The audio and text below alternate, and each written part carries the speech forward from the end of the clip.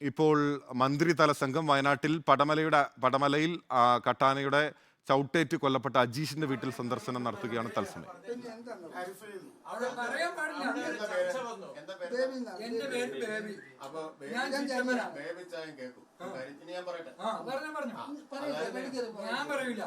അതായത് ആട് വളർത്താൻ പാടില്ല നമ്മൾ പറഞ്ഞിട്ടില്ല.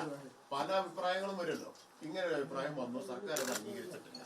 അതാണ് പറഞ്ഞത്, സർക്കാർ അംഗീകരിച്ചിട്ടില്ല എന്ന് പറഞ്ഞു. പക്ഷെ വാർത്ത കൊടുത്തപ്പോ സർക്കാർ ഇങ്ങനെ തീരുമാനിച്ചു. അല്ല, നമ്മുടെയും കുറ്റമല്ല, അവരെ തെറ്റായിട്ട് വാർത്ത.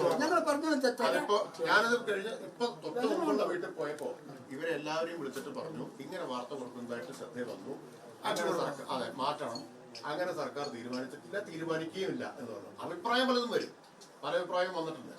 അത്രേ ഞാൻ പറഞ്ഞു തന്നു. ഇതിപ്പോ കണ്ടു ഇങ്ങനെ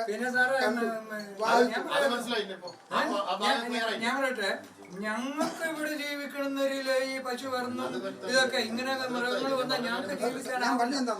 ഈ 2 കുടുംബത്തിന്റെ അത്താണിയാ പോയത്. എനിക്ക് 70 വയസ്സാകുക. ഞാൻ എന്തെങ്കിലും കാര്യത്തിന് ഇവനെയാണ് വിട്ടുകൊണ്ടിരുന്നത്. ഇവിടെ ചേച്ചി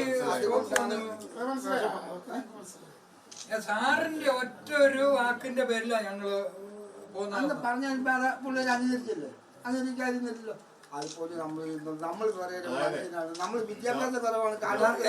ഞാൻ ഇച്ചിരി ഉറക്ക വർത്താനം പറഞ്ഞു, അതുകൊണ്ട് വഴക്കുകൊള്ളാന്ന് വഴക്കൊന്നും നമുക്ക് തമ്മിൽ അറിയാം വഴക്കൂർന്നതല്ലാന്ന്. ഇവരെന്ത് കാണിക്കുന്ന അറിയാമോ? മന്ത്രിമാരോട് വഴക്കുണ്ടാക്കിയെന്ന്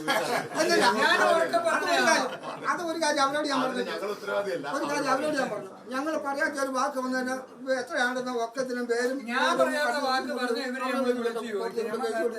പറഞ്ഞിട്ടില്ല. ഞങ്ങൾ പറഞ്ഞ അല്ലാണ്ട് ഒന്നും പറയുന്നത് ഞങ്ങൾ ആരും തടയണില്ല സാറേ. ഈ മൃഗസ്നേഹികളുണ്ട്, അവരോട് കുറച്ച് മാന്യമായിട്ട് മൊബൈലിൽ കൂടെ വിടാൻ. അല്ലെന്നേ അവരിഞ്ഞ് വരട്ടെ. അവര് എത്ര ആളുണ്ടെങ്കിലും ഞങ്ങൾ 2 മാസത്തേനോ 3 മാസത്തേനോ ഞങ്ങൾ ഈ നാട്ടുകാർ വാടക കൊടുത്തിട്ട് വാടകയ്ക്ക് വീട് കൊടുത്ത് അവർക്ക് സംരക്ഷണം കൊടുക്കും. അവരൊന്ന് അനുഭവിച്ചു.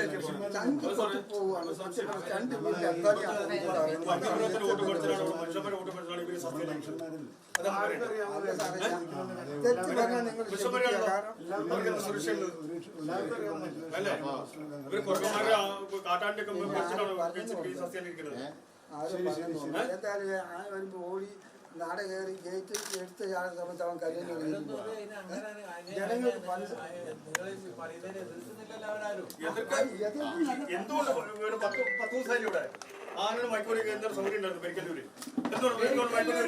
ഇവിടെ തന്നെ സൗകര്യമുണ്ട്. ഒരാളെ കൊന്ന ആനയാണ് സംരക്ഷിക്കേണ്ടത്, ജനങ്ങളാണ് സംരക്ഷിക്കുന്നത്. സാറേ, പണ്ട് നമുക്കിടെ ഇവിടെ വന്നു എരുമത്തെരുവിൽ ഒരു ആന വന്നിട്ട് മാരാപ്പാണ്ഡ്യൻ സബ് കളക്ടർ അന്ന് പുള്ളി പറഞ്ഞ് വെടിവെച്ച് കൊന്നോളാൻ പറഞ്ഞു. അയാളെ ആരും തൂക്കിക്കൊന്നില്ല. കളക്ടർക്കൊക്കെ അതിന് നിയമമുണ്ടല്ലോ. ഈ പുറരാജ്യത്തൊക്കെ മനുഷ്യന് ഉപദ്രവിക്കണേന് വെടിവെച്ച്